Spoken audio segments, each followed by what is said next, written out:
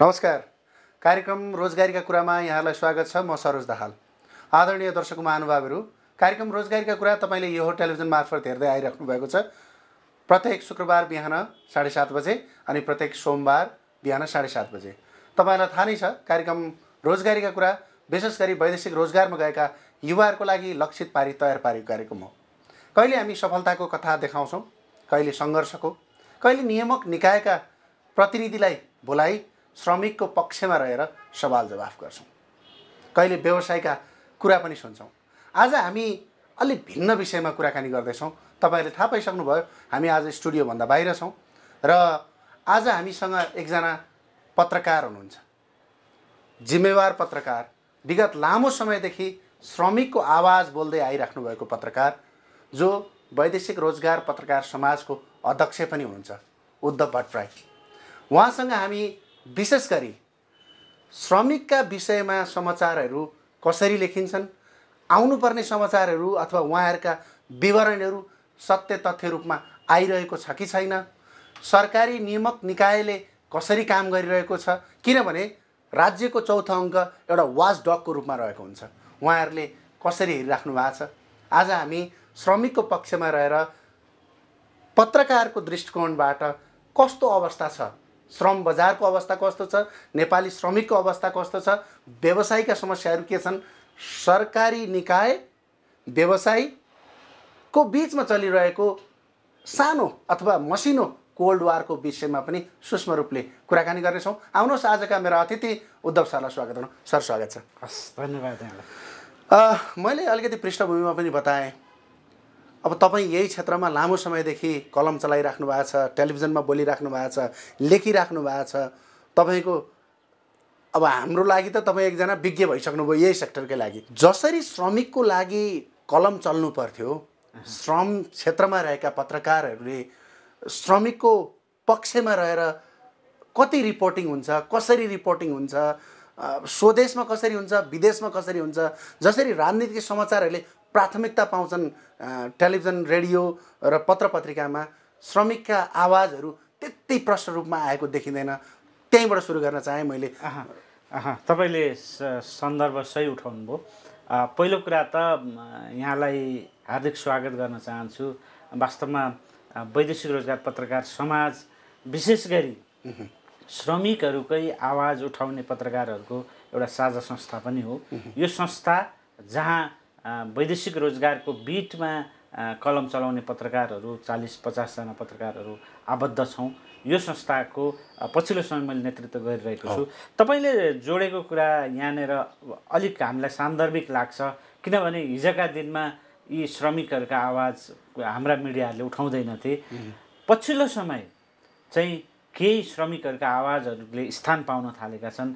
हरेक मिडियाहरूले, हरेक ठुला मिडिया भनाउँदाहरूले पनि पछिल्लो समय श्रमिकका मुद्दा हेर्ने छुट्टै बिट बनाउन थालेका छन्। यसको मतलब वैदेशिक रोजगारका होस् या स्वदेशी रोजगारका अथवा श्रमिकका आवाजहरू, जो आवाजविहीनहरूका आवाज उठाउनका लागि अहिले आफ्नै बिट बनाएर, आफ्नै त्यसमा चाहिँ पत्रकारहरू नै छुट्याएर अथवा त्यो बिट नै छुट्याएर रिपोर्टिङको लागि अथवा स्थान दिनको लागि अग्रसर भइरहेको देखिन्छ। र अहिले अब हेर्न सकिन्छ केही मिडियाहरूले पक्कै पनि नेपाली मिडियाहरूमा सबैभन्दा सजिलो राजनीतिक मुद्दाहरूकै इस्युहरू हुन्छ, सबैभन्दा बढी बिक्ने पनि त्यही हुन्छ र नेपालमा यो अस्थिर राजनीतिका कारणले गर्दाखेरि मिडिया पनि त्यतै ढल्केको देखिन्छ। तर तपाईँ हामी जस्ता केही मिडियाहरू यस्ता छौँ जो यो राजनीतिका विषयभन्दा पनि श्रमिकका मुद्दाहरू, जो वैदेशिक रोजगारमा अथवा स्वदेशमा रोजगार नपाएर रोजगारीका खोजीमा बाध्यतावश विदेश जाने अथवा विदेशमा गएर अलपत्र पर्ने, समस्या पर्ने र उहाँहरूका आवाजहरू उठाउने गरी हामी काम गरिरहेका छौँ। र पछिल्लो समय चाहिँ केही मात्रामा ती आवाजहरू सुनिन थालेका छन् र हामी जस्तो मिडियाहरूले ती आवाजहरूलाई स्थान दिन थालेका छौँ र ठुला मिडियाहरूले पनि केही स्थान दिन थालेको चाहिँ पक्कै छ है। फेरि उद्धव सर, तपाईँले अब वैदेशिक रोजगार पत्रकार समाजको नेतृत्व गरिराख्नु भएको छ, अध्यक्षता गरिराख्नु भएको छ। तपाईँले बताउनु भयो कि 40-50 जनाको पत्रकारको समूह श्रमिककै विषयमा कलम चलाइराखेका छ, भिडियो रिपोर्टिङ बनाइराखेका छ, समाचार बनाइराखेका छ।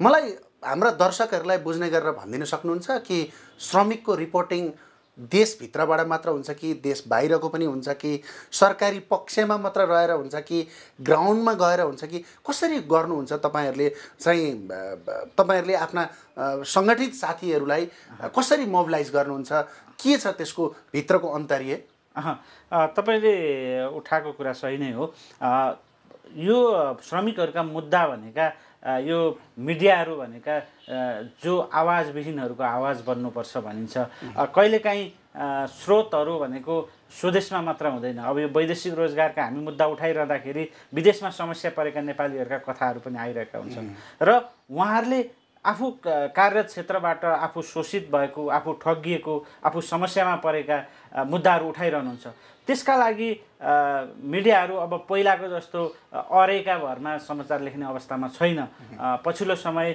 मिडियाहरूले पनि त्यसको पुष्टि गरेर सम्बन्धित देशको दूतावासहरूसँग बुझेर अथवा कुन मेन पावरहरूले पठाएको छ अथवा कुन लिगल च्यानलबाट गएको छ अथवा कुन च्यानलबाट गएको छ त्यसको अन्तरङ्ग अध्ययन गरेर केही समाचारहरू आउने गरेका छन् पछिल्लो समय अब तपाईँले भने जस्तो धेरै नेपाली मिडियाहरू त्यति सक्षम छैनन् जो विदेशमै गएर अथवा जो जहाँ श्रमिकहरू छन् त्यहीँ गएर स्थलगत अध्ययन गरेर समाचारहरू ल्याउन सक्ने धेरै सामर्थ्य त छैन तर पनि त्यो त्यहाँ भएका मुद्दाहरूलाई चाहिँ यहाँ बसेर भए पनि नजिकबाट ल्याइरहेको देखिन्छ र वैदेशिक रोजगारका मुद्दाहरूमा हेर्ने हो भने पछिल्लो समय मिडियाहरूले अलि राम्रै ढङ्गले उठाइरहेको देखिन्छ र देशका मात्रै भएन विदेशमा पनि मैले भनिहालेँ नि सम्बन्धित स्रोतहरूलाई अध्ययन गरेर परिचालन गरेर आफ्नो सामर्थ्यले भ्याएसम्म चाहिँ आइरहेको देखिन्छ तर अब फेरि यो वैदेशिक रोजगार पत्रकार समाजले परिचालन गर्ने भन्दा पनि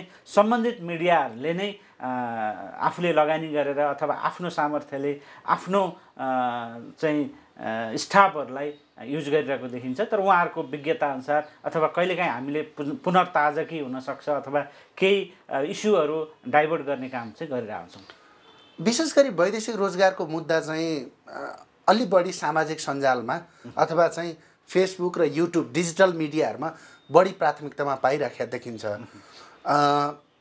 एउटा आरोप हामी जस्तै पत्रकारहरूलाई के लाग्छ भने टिआरपी अथवा भ्युजका लागि पनि विदेशी श्रमिकहरूको दुःख देखाएर त्यसको सही मुद्दालाई एड्रेस नगरेर पत्रकारहरू चाहिँ काहीँ न काहीँ तपाईँले पनि सुन्नुभयो होला बुझ्नुभयो होला कि अलिकति युट्युबको कन्सेप्टबाट मात्रै अलि मोबिलाइज भएको हो कि तपाईँले त्यो महसुस गर्नुभएको छ होइन तपाईँले सही कुरा उठाउनुभयो पछिल्लो समय चाहिँ धेरै अब यो यसलाई हामीले अर्को अर्थमा नि हेर्न सक्छौँ किनभने सोसियल मिडिया भनेको सबैको एक्सेस हो होइन तपाईँ समस्यामा पर्नुहुन्छ भने सबैभन्दा पहिला पत्रकारलाई समस्यामा पर्ने मान्छेले पत्रकार खोज्दैन उसको साधन के छ उसको सोसियल मिडिया के छ त्यहाँ प्रयोग गर्छ फेसबुक छ भने उसले फेसबुकमा हाल्छ पछिल्लो समय टिकटकमा हाल्नेदेखि लिएर युट्युबमा हाल्नेदेखि लिएर भिडियो म्यासेज पठाउनेदेखि लिएर यी हरेक कुराहरू भइरहेका छन् त्यो भनेको अहिले विचार पोख्ने ठाउँ पनि हो यो हामी मिडियाको लागि राम्रो पक्ष पनि हो किनभने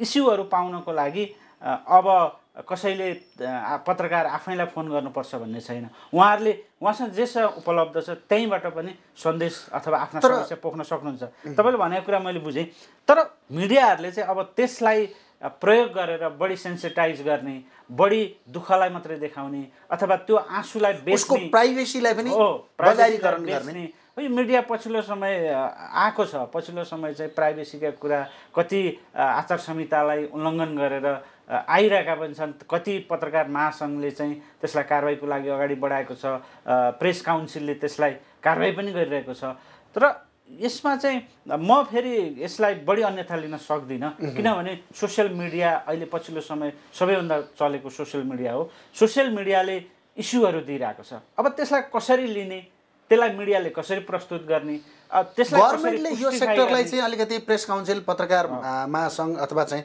गभर्मेन्टको नियामक निकायले यसलाई अब्जर्भ गर्नुपर्ने अथवा यसलाई मोनिटर गर्नुपर्ने चाहिँ देख्नुहुन्छ कि यो जे छ ठिक छ जस्तो लागिरहेको छ होइन अब्जर्भ पक्कै गर्नुपर्छ जस्तो अघि हामीले कुरा उठायौँ त्यो आँसु बेच्ने अथवा त्यसको प्राइभेसीसम्म पुग्ने जो देखाउन आवश्यक थिएन ती कुराहरू देखाएर टिआरपी बढाउनका लागि केहीले मिसयुज गरेका छन् त्यस्ता मिडियाहरूलाई अथवा त्यस्ता संस्थाहरूलाई त नियामक निकाय छ नि त, हाम्रो प्रेस काउन्सिल छ, त्यसले केही मात्रामा गरिरहेको पनि छ, तर अब त्यो पर्याप्त छैन।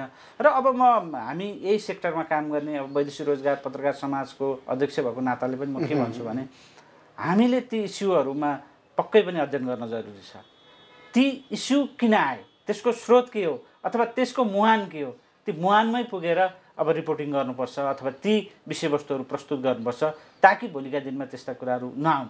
अब पछिल्लो समय जोडिहाल्छ, वैदेशिक रोजगारका नाममा धेरै ठगी हुन्छ। अब तपाईँ रिपोर्टिङ गरिरहनु भएको छ, यी ठगी कहाँबाट भइरहेको छ अथवा ठगी गर्ने निकाय कहाँ छ, र ती ठाउँहरूमा पक्कै पनि हामीले पहरेदारी गर्ने हो भने केही न्यूनीकरण हुन सक्ला भन्ने लाग्छ मलाई। अब एउटा पत्रकारिता बिटमै रहेर एउटा प्रश्न गर्छु, अनि हामी फरक बिटमा जाउँला।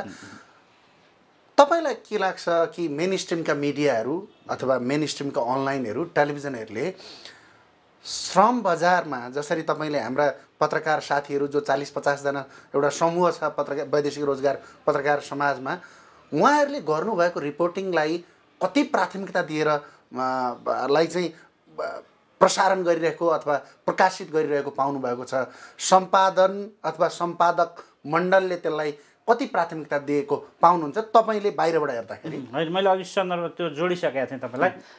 हिजोका दिनमा पटक्कै थिएन।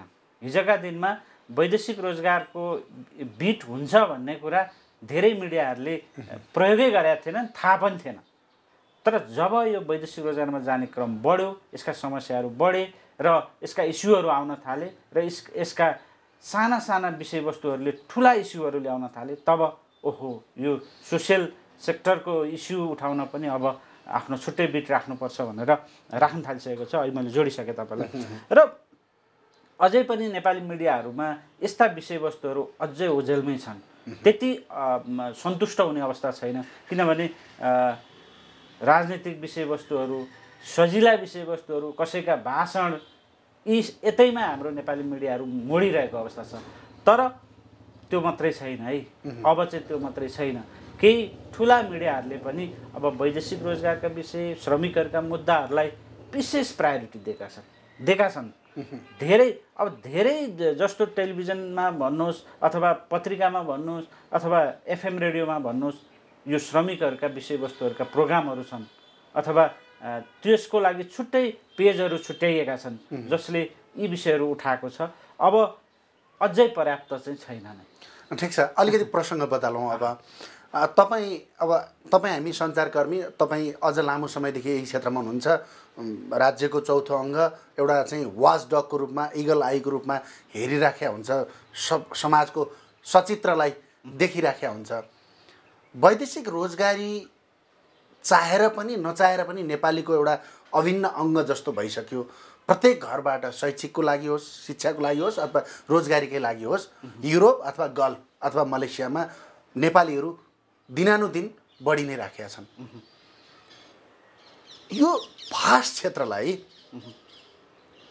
तपाईँले हेर्दाखेरि चाहिँ सरकारको निकाय र व्यवसायी बीचको सम्बन्धलाई कसरी हेरिराख्नु भएको छ, उनीहरूको बीचको तादम्यतालाई कसरी निहालिराख्नु भएको छ? होइन, यहाँले जोड्न खोज्नु भएको ठ्याक्कै विषय चाहिँ के हो भन्दाखेरि जहिले पनि सुनिन्छ कि व्यवसायी र सरकारी निकायका कर्मचारीको बिचमा एउटा कोल्ड वार चलिरहेको छ। एउटा नियम ल्याइदिने, व्यवसायलाई त्यो नहुने, व्यवसायीले एउटा गर्न खोज्ने, सरकारले त्यो नमानिदिने, त्यो तादम्यता मिलिराखेका छैन, जसले गर्दा श्रमिक ठगिया श्रमिकलाई अप्ठ्यारो परिरहेको हो। तपाईँले सही कुरा गर्नुभयो। यो पछिल्लो नै म उदाहरण दिन चाहन्छु।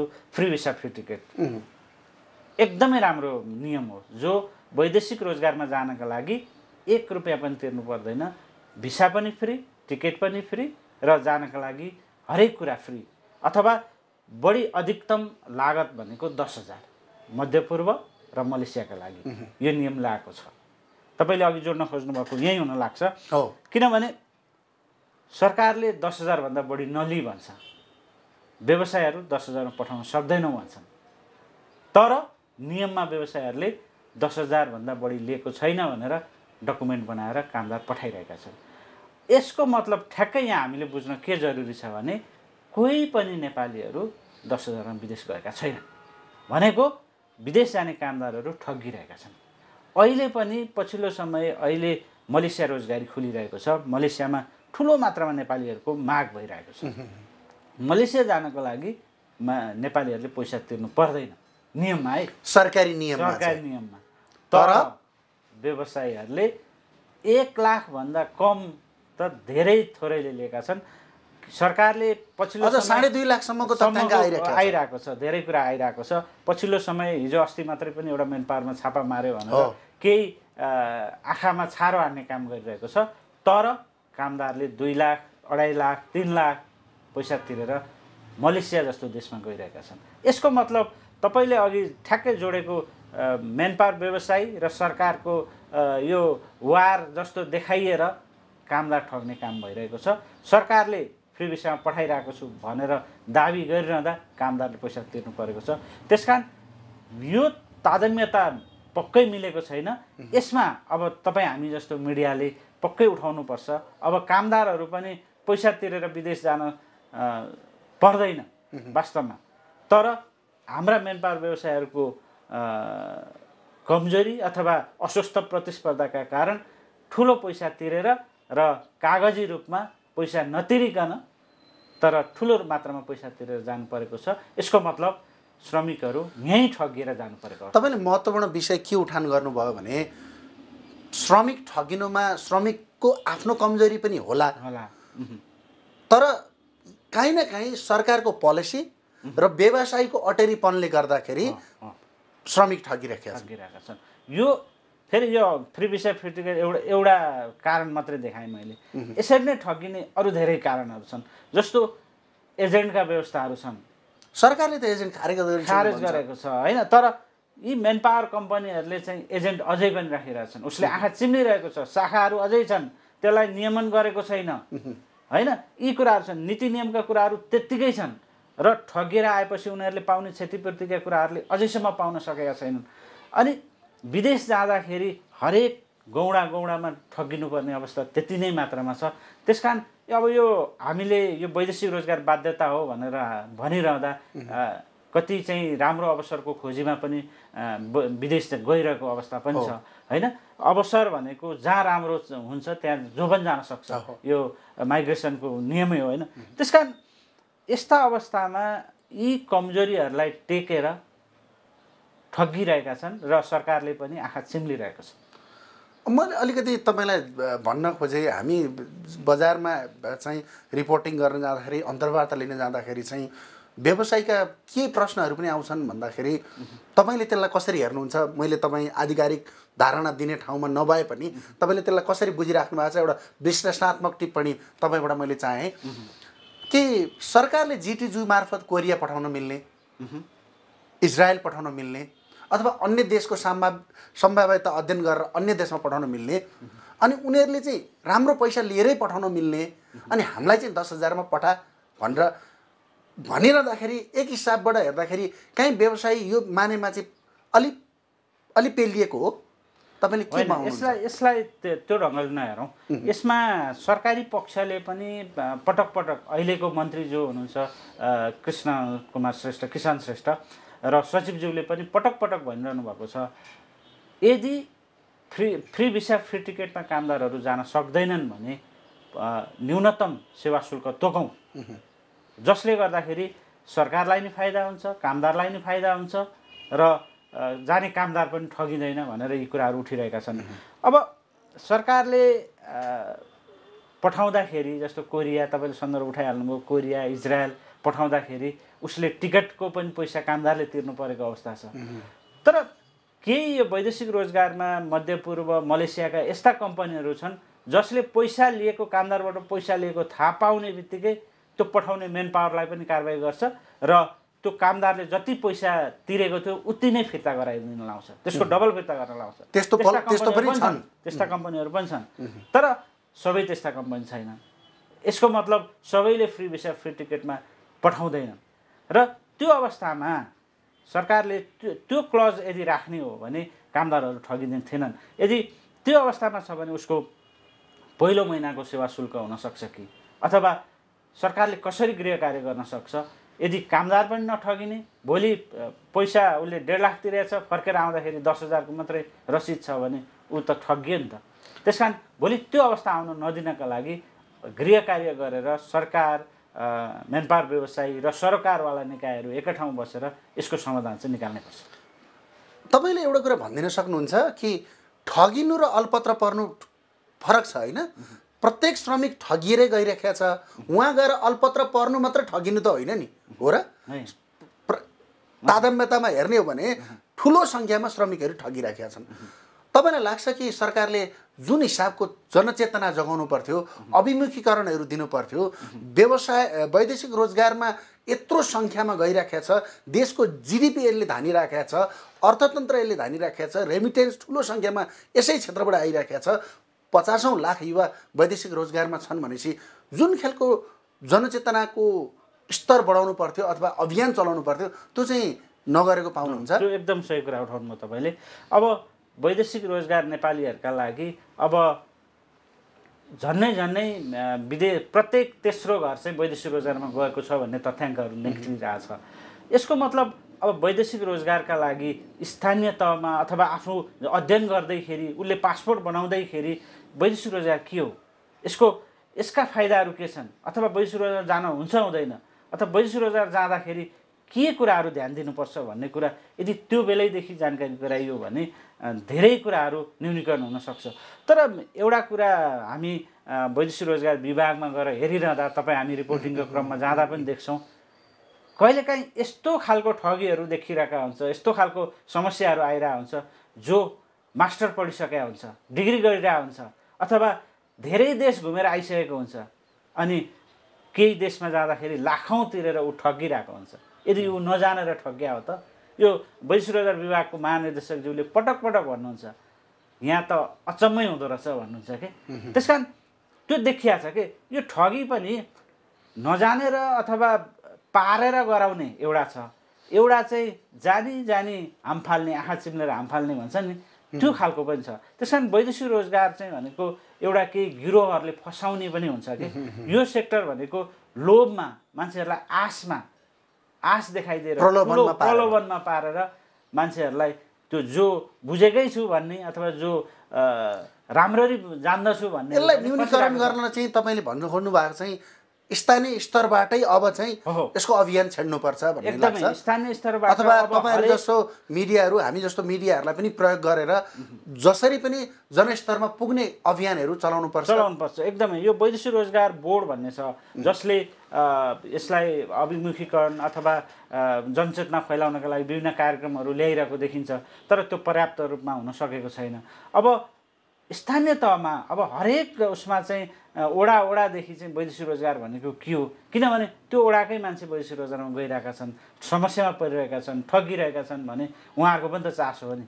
अब यो वैदेशिक रोजगार भनेको काठमाडौँमा बस्ने केही सङ्घ संस्थाका मात्रै होइनन्, काठमाडौँमा बस्ने वैदेशिक रोजगार विभागको मन्त्रालयको मात्रै होइन, अब त्यो जिम्मेवारी चाहिँ स्थानीय तहको ओडा अध्यक्षको पनि हो, ओडा सदस्यको पनि हो, मेयरको पनि हो, र त्यो स्कुल पढाउने टिचरको पनि हुनुपर्छ। अब वैदेशिक रोजगार के हो, कसरी ठगिन्छ र यसबाट ठग्यो भने कसरी समाधान निकाल्न सकिन्छ, ती विषयहरू चाहिँ अब त्यही लेभलबाट आउनुपर्छ, अनि मात्र यसको जरोदेखि नै केही डरो भएर आउँछ जस्तो लाग्छ। सर, उद्धव सरबाट मैले एउटा अनुभव सुन्न चाहेँ।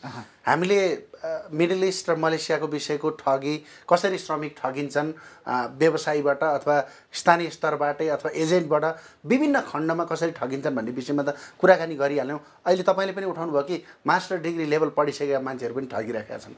नेपालबाट ठुलो सङ्ख्यामा Europe, America, Canada, Afghanistan, Iraq विकसित देशका लागि इलिगल वेबाट जानेको सङ्ख्या पनि ठुलो छ। र बेला बेलामा समाचारहरू पढ्न पनि पाइन्छ कि 30 जना नेपालीहरू फलानु ठाउँमा समुद्री छेउमा चाहिँ अलपत्र, अथवा यहाँनिर चाहिँ थाइल्यान्डको प्रहरीले 20 जना महिलालाई समात्यो। यो एउटा ह्युमन ट्राफिकिङ जस्तो देखिन्छ। तपाईँले पाउनुभएको सूचना के छ, यो भित्रको गहिराई चाहिँ के छ, अलिक विस्तारमा बताइदिनुहोस् त। तपाईँसँग भएको सूचना सेयर गरिदिनुहोस्। यो विषय अघि मैले भने तपाईँलाई, यो सबैभन्दा यसमा ठगिनुमा चाहिँ प्रलोभन अथवा लोभ नै हो। वास्तवमा हाम्रो के अरे वैदेशिक रोजगार विज्ञ पनि भन्छौँ हामी, डाक्टर गणेश गुरुङ भन्नुहुन्छ, उहाँले चाहिँ लोभले मान्छेलाई बिगार्छ। जस्तो अमेरिकामा चाहिँ अमेरिका छिर्न पाइन्छ भनेर उसले 20 लाख रुपियाँ पैसा तिर्न तयार हुन्छ। ऊ यहाँ राम्रो रोजगारी गरेर आउँछ, तर ऊ 20 लाख तिर्छ अनि त्यो बाटो जान्छ र ती समस्याहरू आउँछन्। कहिले मेक्सिकोमा परिरहेको हुन्छ, कहिले कहाँको प्रहरीमा कहीँ हिँडेर गइरहेको हुन्छ, ती समस्याहरू आइरहेको हुन्छन्। यसको एउटै हो, त्यो इलिगल बाटो, जो बाटोबाट गयो भने पुगिँदैन, गन्तव्यमा पुगिँदैन, त्यस्ता बाटोहरू यदि समातेर जाने हो भने यी समस्याहरू आउँछन्। र सही मार्गबाट अथवा सरकारले तोकेको नियमबाट अथवा प्रक्रियाबाट, श्रम सम्झौता भएका प्रक्रियाबाट सम्झौता भएका मात्रै नभनौँ, यहाँबाट जाँदाखेरि सम्पूर्ण प्रक्रिया पुरा गरेर भोलि त्यहाँबाट समस्या पर्दाखेरि समस्या समाधान गर्ने बाटोहरू पहिले आएर यदि जाने हो भने यो समस्या हुँदैन। र मैले यस्ता समस्याहरू देखाएको छु। तपाईँले सन्दर्भ जोडिहाल्नुभयो। कम्बोडियामा गएका समस्या त्यस्तै छन्। एकचोटि कम्बोडियाबाट 22 जना नेपालीहरू फर्कियो, एनआरएनहरूले फिर्ता गरेर ल्याए। उनीहरू त्यहाँ भिसै लाउनु पर्दो रहेछ, यहाँ लाखौँ तिरेर पैसा तिरेर गए। जो यहाँ राम्रो अध्ययन गरेका, राम्रो पढेका, एकदम शिक्षित युवाहरू थिए, उनीहरू त्यहाँ गएको भोलिपल्टदेखि ठगिएर र पछि एनआरएनले गरेर ल्यायो, उनीहरूलाई उद्धार गरेर ल्यायो। यस्ता कैयौँ उदाहरणहरू छन् जो जानी फसिरहेका छन्। त्यसकारण यो फस्नबाट जोगिनु भनेको, यसबाट समाधान निकाल्नु भनेको सरकारी प्रक्रियाबाट र सम्पूर्ण प्रक्रिया पुरा गरेर मात्रै जाने हो भने समस्या समाधान हुन्छ, नत्र काहीँ न काहीँ समस्या पक्कै देखिन्छ। अन्तिममा छोटोमा तपाईँको उत्तरको अपेक्षा गरे, समय सिधै नै लागेको छ। वैदेशिक रोजगार पत्रकार समाजको अध्यक्ष हुनुहुन्छ, कोभिडका कारणले धेरै काम गर्न सक्नु भएन होला। बाँकी रहेको समयमा अथवा आगामी दिनमा वैदेशिक रोजगार पत्रकार समाजको केही भिजन प्लान अथवा केही योजनाहरू छन् जो हाम्रा दर्शकहरूले थाहा पाउनुपर्छ?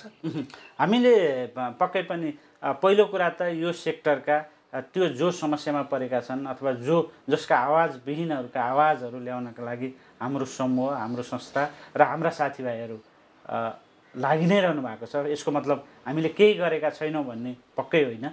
हरेक दिन केही न केही मुद्दाहरू उठिरहेका छन्, केही न केही समस्या समाधान भइरहेका छन्, समस्या चाहिँ सम्बन्धित ठाउँमा पुगिरहेका छन् मिडिया मार्फत। र दोस्रो कुरा, अब भोलिका दिनमा चाहिँ हामीले सम्बन्धित निकायहरूसँग सहकार्य गरेर वैदेशिक रोजगार सम्बन्धीका मुद्दाहरूलाई उठाउने पत्रकारहरूसँगको क्षमता अभिवृद्धि र स्थानीय तहमा अघि पनि कुरा उठायौँ हामीले। अब स्थानीय तहमा रिपोर्टिङ गर्ने पत्रकारहरूलाई पनि यो वैदेशिक रोजगार के हो भनेर त्यो वैदेशिक रोजगार सम्बन्धीको पत्रकारहरूलाई तालिम दिनेदेखि लिएर हाम्रै क्षमता अभिवृद्धिका लागि पनि विभिन्न कामहरू गर्नेछौँ भने विभिन्न सङ्घ संस्थाहरूसँग मिलेर अन्तर्क्रिया कार्यक्रमदेखि लिएर र यी समसामयिक विषयहरूमाथिका विषयमा समाधानका लागि हाम्रो कार्यक्रमहरू रहिरहनेछन्। हस्, आफ्नो महत्त्वपूर्ण विचार, जानकारी, सूचना र तथ्याङ्कका लागि उद्धव सरलाई धेरै धेरै धन्यवाद। हस्, यहाँलाई पनि महत्त्वपूर्ण समय दिनुभयो मेरो लागि, होइन? धेरै धेरै धन्यवाद। आदरणीय दर्शक महानुभावहरू, उहाँ हुनुहुन्थ्यो उद्धव भट्टराई, नेपाल वैदेशिक रोजगार पत्रकार समाजका अध्यक्ष हुनुहुन्छ। उहाँसँग आज हामीले पत्रकारले कसरी श्रमिकका विषयमा आवाज उठाइरहेको छ, सरकारी पक्ष व्यवसायीका समस्याहरू पनि सुन्यौँ र नेपाली श्रमिकहरू कसरी ठगिन्छन् र उनीहरूका समस्याहरू के कस्ता छन् भन्ने विषयमा अलिकति छलफल गऱ्यौँ। आज हामीले पत्रकारका कुरा सुन्यौँ। आजको लागि भने म लगायत मेरो टिमलाई बिदा दिनुहोस्। अर्को साता भिन्न अतिथिका साथ आउने नै छौँ। यो हो टेलिभिजन हेर्दै गर्नुहोला। हस्त नमस्कार।